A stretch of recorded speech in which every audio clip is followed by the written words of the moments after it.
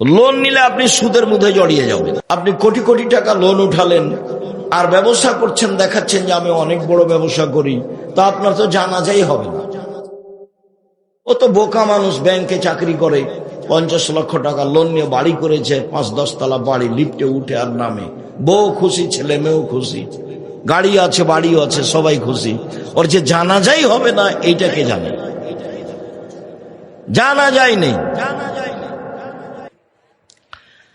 রাসূল সাল্লাল্লাহু আলাইহি সাল্লাম বলেন, মা ইয়াকুলু দিরহাম রিবা ওয়া ইয়ালাম আসাদ্দু মিন সিত্তাতি ওয়া সালাসিনা জিনিয়া। কেউ যদি জেনে শুনে 1 টাকা সুদ খায়, 36 বার জেনা করে যত পাপ হবে, 1 টাকা সুদ খেলে তার চেয়ে বেশি পাপ হবে। কোন পাপকে এইভাবে জেনার সঙ্গে জড়ানো হয়নি। রাসূল সাল্লাল্লাহু আলাইহি সাল্লাম বলছেন, আর রিবা 70 জুজান আইসারাহাইন রাজুল উম্মাহু। সুদের পাপের 70টি ভাগ আছে, ছোট থেকে বড়, বড় থেকে ছোট। তার সবচেয়ে ছোট ভাগ হলো মার সাথে জেনা করলে যেমন পাপ হয়। কোন পাপকে মায়ের সাথে জেনা করার সাথে জড়ানো হয়নি। শিরক মহাপাপ, পাপের জগতে 1 নাম্বার, কিন্তু ভাষায় এমন নয়। পিতামাতার অবাধ্য চলা পাপের জগতে 2য় মহাপাপ, কিন্তু ভাষা এমন নয়। পাপের জগতে মিথ্যা সাক্ষী 3য় মহাপাপ, কিন্তু ভাষা এরকম নয়। নরসিংদী জেলায়, নারায়ণগঞ্জ জেলায় বহু মানুষ 20 বছর 30 বছর থেকে জেলে আছে। ও নিজেও জানে না আমি কেন জেলে।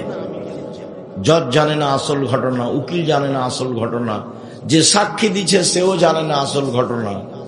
যে সাক্ষী দিচ্ছে ওকে 1 লক্ষ টাকা 50,000 টাকা দেওয়া হয়েছে, ও বলছে যে আমি 2 চোখে তাকে মারতে দেখেছি।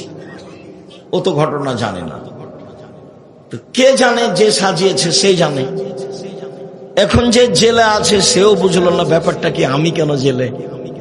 ঘটনা তো জজও জানে না, ঘটনা উকিলও জানে না, ঘটনা সাক্ষীও জানে না, যে জেলে আছে সেও জানে না।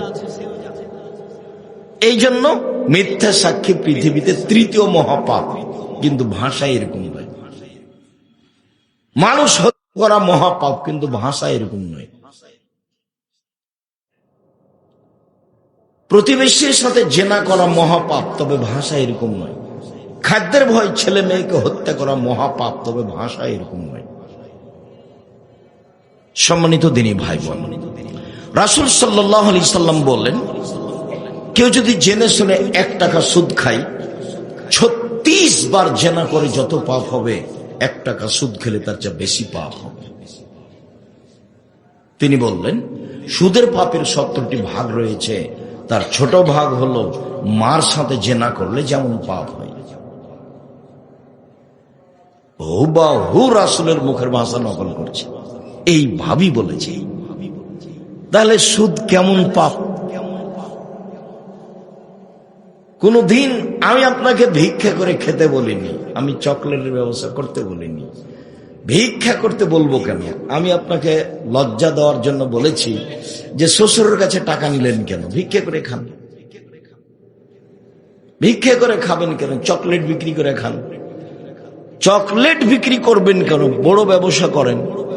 আমি চকলেট বিক্রি করে ব্যবসা করতে বলেছি, তার মানে আমি লোন নিতে নিষেধ করেছি।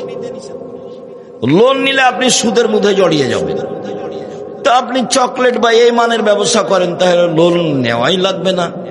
আপনি কোটি কোটি টাকা লোন উঠালেন আর ব্যবসা করছেন, দেখাচ্ছেন যে আমি অনেক বড় ব্যবসা করি, তা আপনার তো জানাজাই হবে না।